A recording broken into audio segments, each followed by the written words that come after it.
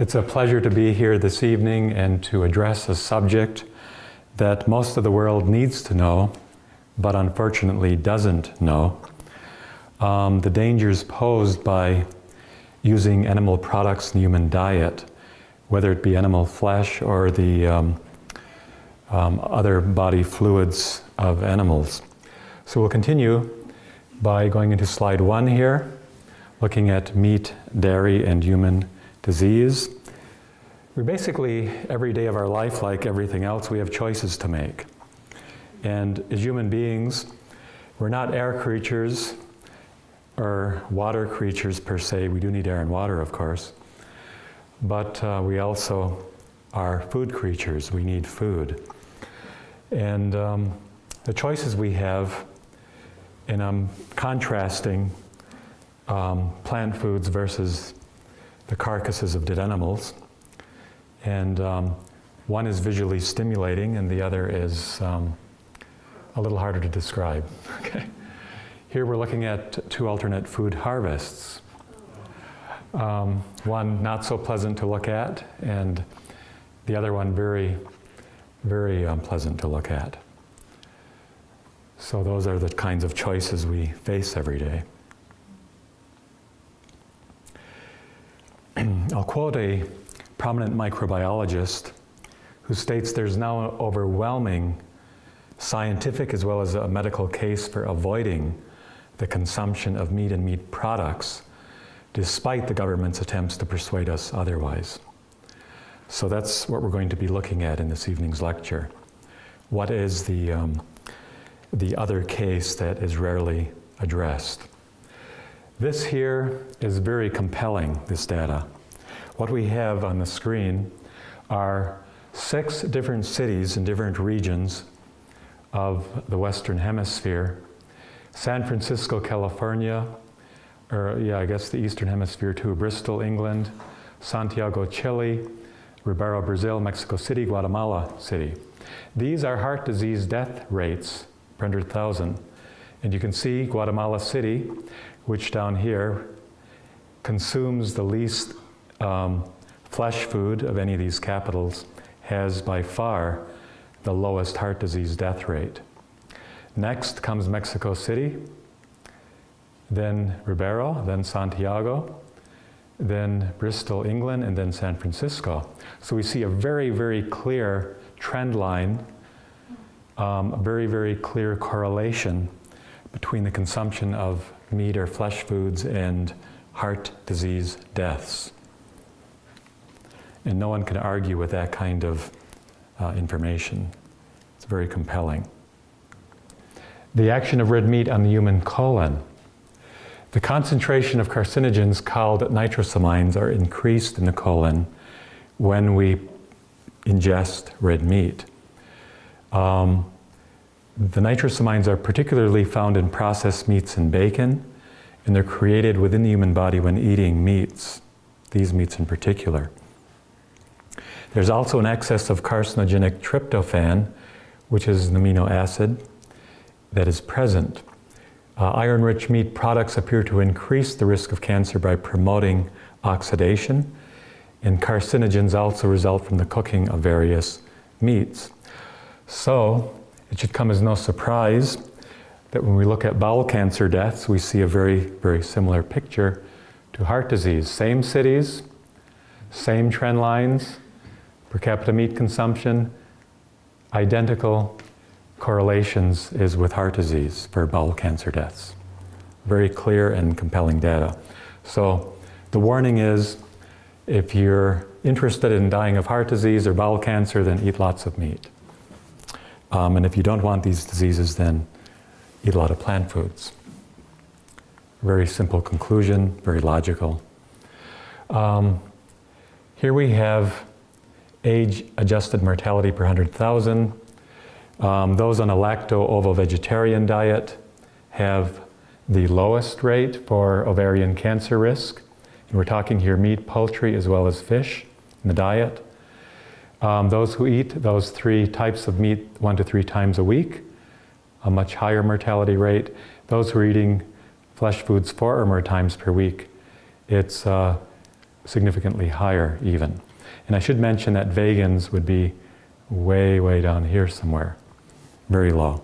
But this table didn't include vegans, but it would be significantly lower than a lacto-ovo-vegetarian diet. And here are the spacious quarters of chickens on a factory farm. Lots of breathing space and ability to move your wings. I say that facetiously. It's very sad. They eat their own fecal matter. They get very nervous and jittery. They don't live very long. And they're under very, very miserable conditions, obviously.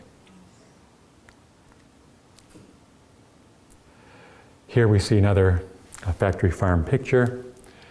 And as we look at today's broiler meat chickens, they are actually genetically altered to grow twice as fast and twice as large as their ancestors. So when you're eating Kentucky Fried Chicken, you're very likely getting genetically modified chicken flesh. And they're pushed beyond their biological limits. They grow so rapidly their heart and their lungs can't support the rest of their body. This results in congestive heart failure and death. These chickens also experience crippling leg disorders. Their legs can't support their abnormally heavy bodies. They're also confined in unsanitary factory farms. They frequently succumb to heat prostration, various infectious diseases, as well as cancer. Now, what's also interesting about chickens that most people may not be aware is that chicken producers are allowed, when the chickens are slaughtered and they're put on conveyor belts, they all end up in this huge, huge vat with their entrails and their body fluids and everything else. And they're allowed to leave the meat in there for a period of time long enough to allow a certain percentage increase in body weight in the meat. So they're absorbing their waste matter and everything else into the tissue system before the chicken meat is actually put on the market, whether it be supermarkets or fast food joints. So I just thought you'd like to know that little sidelight. Some infectious disease agents in meat include Salmonella, Listeria, Helicobacter, as well as Yersinia. There's also toxigenic E. coli, which can be found in beef, as well as raw and pasteurized milk, sausages, and even in venison. E. coli contamination ground beef recalls in 2011. There's an interesting website where I got this information. It's entitled foodpoisonjournal.com, and they monitor what's happening with the food industry across the United States and what kinds of foods have been infected or are toxic. And they talk about here basically all these different major meat packers. Tri-State Beef had to recall over 250,000 pounds, 228,000 pounds of beef because of E. coli infection. And overall, there was over 300,000 pounds recalled this year, year 2011. Listeria bacteria, the symptoms are very similar to getting influenza. Over 1,000 Americans are infected each year. Of these, 250 people die, unlike the flu. A very, very small percentage of people who get the flu actually die, whereas about almost 1 in 4 die of this condition. The highest risk of foods are soft cheeses and undercooked chicken. As well, the U.S. Department of Agriculture tested 19 different brands of hot dogs, of which 20% tested positive for Listeria. Paget's disease, probably caused by a prion. You know what prions are. Leads to bones being weakened, thickened, and deformed. It can affect the pelvis, collarbone, skull, spine, and long bones of the leg. Chronic pain may occur. Risk factors for this disease include eating brain and organ meats, eating meat traceable to sick livestock, and also even handling cattle while farming or engaged in breeding. Infectious illnesses in animal products. It's estimated that about 80 million intestinal illnesses occur in the US alone each year from eating infected animal products. That's many tens of millions of people. Many thousands of lives are claimed every year as well from eating these same kind of infected animal products. Some diseases in animals that can threaten human health include BSE, which is the longer term for mad cow disease, the prions found in it. E. coli bacteria, listeria, salmonella, bovine leukemia virus. And by the way, here in Canada, I think it's around 60 to 70% of cattle are infected with bovine leukemia virus. In the US, the figures are pretty similar. There's also BIV virus, which is cow AIDS. Cancer, Clostridium perfringens, and Helicobacter, Yersinia, and Crohn's disease, which is an inflammatory disease of the bowels, similar to ulcerative colitis. Human diseases that can be directly derived from animals as well as animal products, quite a long list. Melanoma, lymphoma, stomach cancer, prostate cancer, Hodgkin's disease, leukemia, plague, multiple myeloma, roundworm, tapeworm, giardia, which is a blood parasite, trichinosis, which is primarily from eating ham or pig products, hookworm, rabies, Vibrio cholera, anthrax, and brucellosis. So quite a long list of diseases, as you can see. Dangerous viruses found in dairy cattle, as I mentioned, include the leukemia virus and the bovine immunodeficiency virus, BIV. It is structurally, the immunodeficiency virus is structurally and genetically closely related to human immunodeficiency virus, what we refer to as HIV, the type 1 associated with AIDS in humans. Bovine leukemia virus, and I mentioned 70% infection rate in Canadian cattle, is in the same group as the human T-cell leukemia lymphotropic virus type 1, HTLV1. Both viruses can cross species lines and thus infect other animals like sheep, goats, chimpanzees, primates, and they develop the disease. The Helicobacter bacteria, over half of cases can be traced to chicken consumption, usually in the bird's intestines. Most chickens today are killed by automated machines. Other sources are beef, cake icing, I presume because of eggs, and eggs and raw milk. And then there's salmonella, which we all are maybe more familiar with, found in both raw and pasteurized milk, eggs, ice cream, sausages, salami, beef jerky, and chicken. Now what about prions? Let's get back to prions. Obviously the highest source of prions would be the nervous system in meat and the brain. Organ tissue also can carry significant risk. It can also be found to a more limited extent in muscle meat. It's also been documented in milk. In many health supplements feature animal glandular extracts which can contain prions. So we need to keep that in mind when buying supplements. There are two types of CJD, Creutzfeldt-Jakob disease. And the class, what they refer to as classic CJD, is not related to bovine spongiform encephalopathy, which is BCJ, but rather VCJD, variant CJD, is derived from BSE, or mad cow. The classic CJD, there are three types.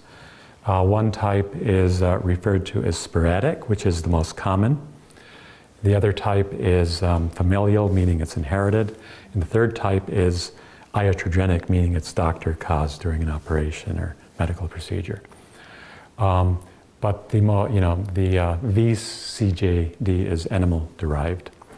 And the median age of death, interestingly, for variant CJD, which is the human form of mad cow, is 28 years of age, the median age of death, whereas the classic CJD, it's 68 years of age, which is sort of interesting. And the brain symptoms are very similar between the two types of CJD. Variant CJD reached North America, was found in mink, which may well have been fed animal protein from downer cows. There was also an outbreak in Kentucky traced to squirrel consumption. It's a real puzzle how the squirrel contracted it. There was a human outbreak in Oklahoma, possibly from deer meat. May well have been from cow meat as well. Misdiagnosis of Alzheimer's disease. A study at Yale University, 13% of presumed Alzheimer's disease patients were also found to have the human variant of mad cow, VCJD. Another study done at the University of Pittsburgh on 54 dementia patients found that about 5.5% actually had VCJD, human variant, mad cow. Yet the CDC reports that only one human case of variant CJD has occurred between 1995 and 2004. Is this statistic for real? Big question mark. My daughter worked at Loma Linda Medical Center in the emergency room, and one of the doctors, she's not a doctor, confided to her that when they get these Alzheimer's cases in, a number of them actually have Creutzfeldt-Jakob disease, but they are not allowed to put it into the records for political reasons. So only heaven knows how many people are actually contracting this disease. In fact, Lawrence Broxmeyer, a medical doctor, has done some interesting research on this, and he believes, he says autopsy studies reveal that in the range of 5 to 30% of the 4,500,000 Alzheimer's victims in the US, and an untold number of those with dementia could actually have the variant form, meaning the mad cow disease derived form of CJD, called mad cow in humans. Alzheimer, Creutzfeldt-Jakob, and mad cow disease could be caused by eating the meat or dairy in consumer products or feed. The full number of US CJD patients will never be known until it is proclaimed a reportable disease. Interestingly, the subtitle of the article published by Elsevier in Medical Hypothesis, where I got this information, the subtitle is Losing Your Mind for the Sake of a Shake or a Burger.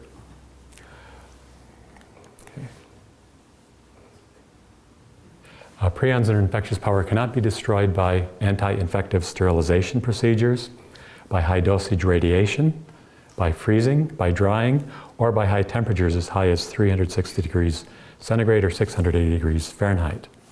So it's almost like they're invincible. This is a pretty scary slide.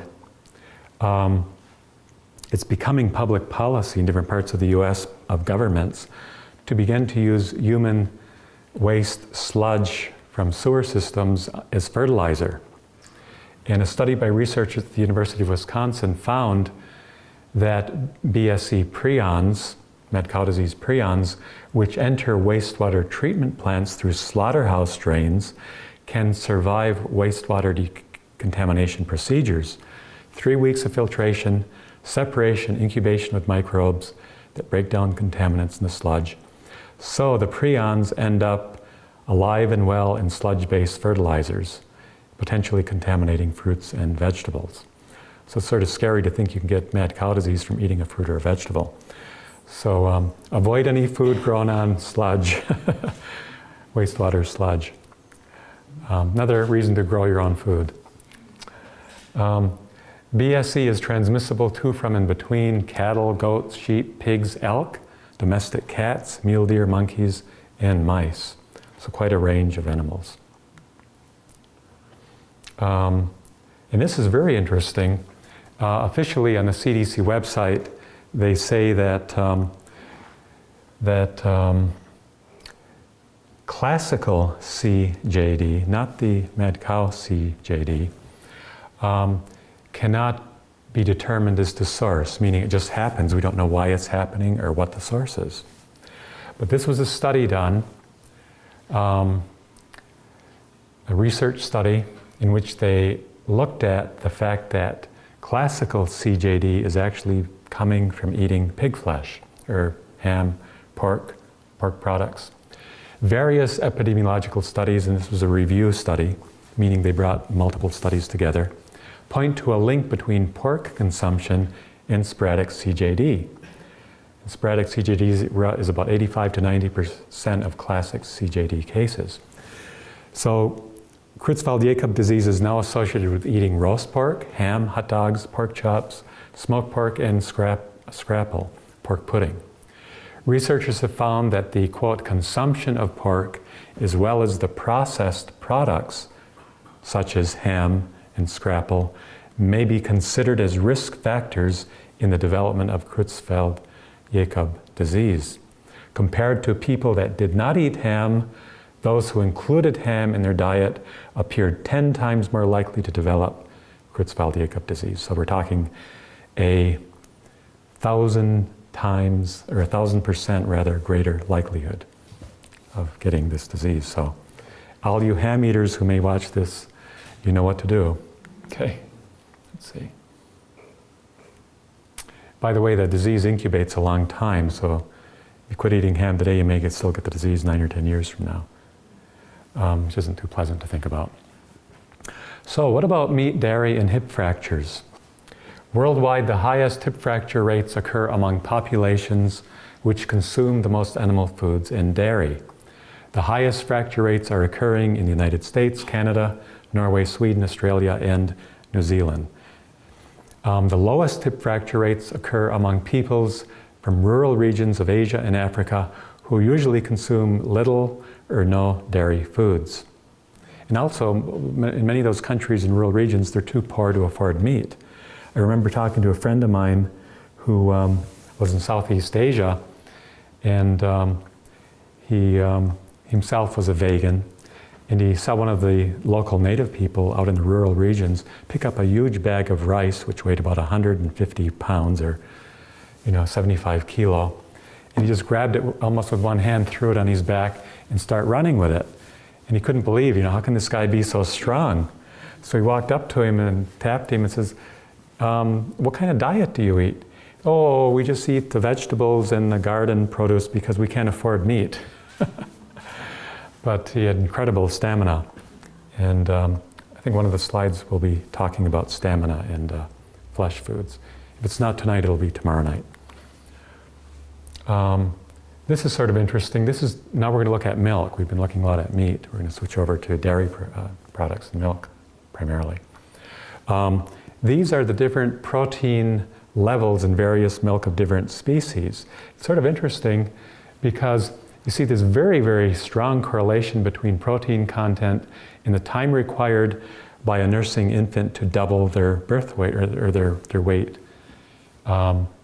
in days. So for a human baby, eating, or rather drinking mother's milk, the mean protein content, milligrams per liter, of human milk is only 1.2 milligrams. Very, very low protein in human milk. And it takes an infant baby about 120 days to double their weight. A horse is exactly double protein what a human is, and exactly half of the 120 days to double a colt's weight, or a baby horse. Cow, higher again, 3.347 days. Goat, 4.119 days. Dog, 7.1 milligram, 8 days to double weight. Cat, 9, even higher, shorter time. And finally a rat, almost 12 milligrams and doubles weight in only 4.5 days. So the Creator designed these different milks to produce different effects depending on the physiology of the animal that's breastfeeding. So obviously no species should be drinking the milk of another species. Very obvious. Got some interesting pictures about that shortly. Milk production, incredible increase. In fact, when I saw this table, it was from a very reputable source, by the way, it was hard to believe. And so I actually did some math, did some numbers and got out the calculator. And it turns out that this phenomenal increase in milk output, from annual production, this is 1948 here, 1998 here. And it's due largely to force feeding, including the use of drugs, antibiotics, and hormones, combined with scheduled milking 24 hours a day, these poor cows. And so basically the cows, to at least 98, maybe it's worse now, because this was like, 13 years ago? At this level of milk turned out, I did the calculations, is about 12 to 12 and a half gallons per day per cow. So cows way back in 48 were producing basically about 1 gallon a day, by comparison. So it's a massive increase, incredible. In a normal, healthy environment, dairy cows live in excess of 25 years. That's your old, grass grazing cow on the farm. Healthy, sunshine, fresh air, no stress, only milks its offspring, and some limited milk maybe for the family on the farm. But modern factory farm dairies, they basically have turned their cows into milk machines running 24 hours a day. Most are now slaughtered, because they have to be, after in a range of 3 to 5 years. So they live very, very short lives and then are turned into meat. It's very sad.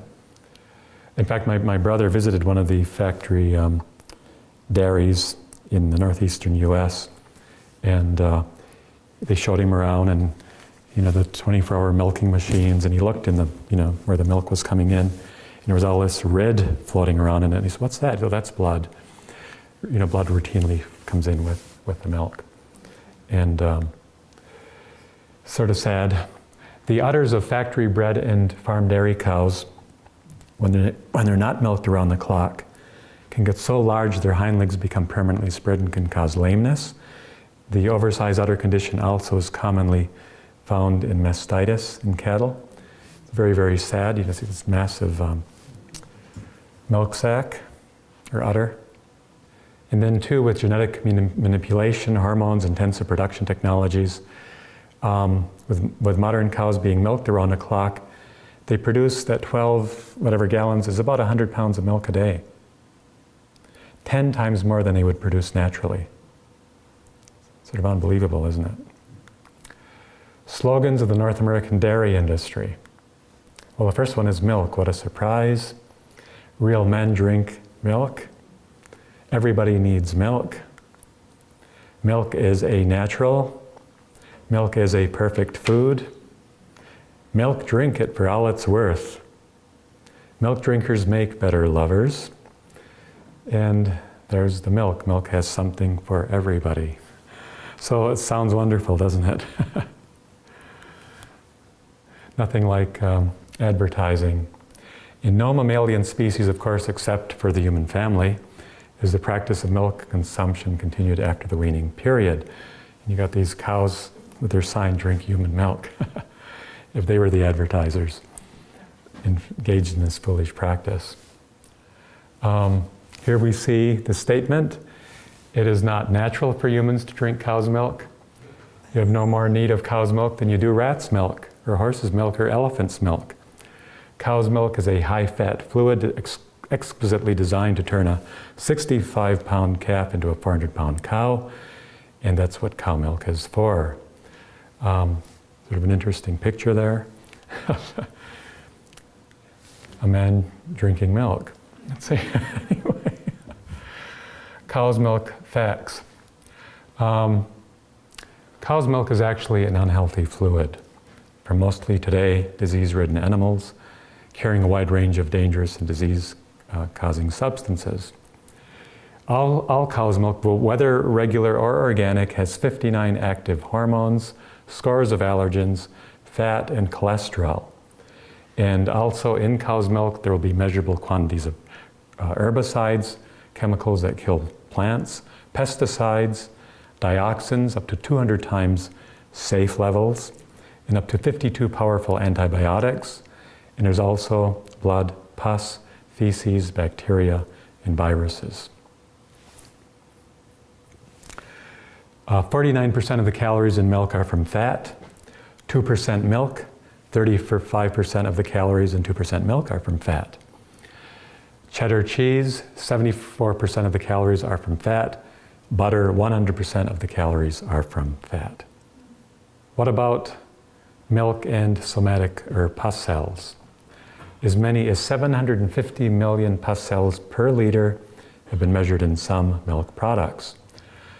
To alleviate this, the cows are pumped full of antibiotics. It's primarily caused, I believe, by mastitis, the pus. Supermarket shelves in most regions of North America carry milk, containing in excess of 300 million pus cells per liter. The European Union and Canada legally allow for 400 million pus cells per liter.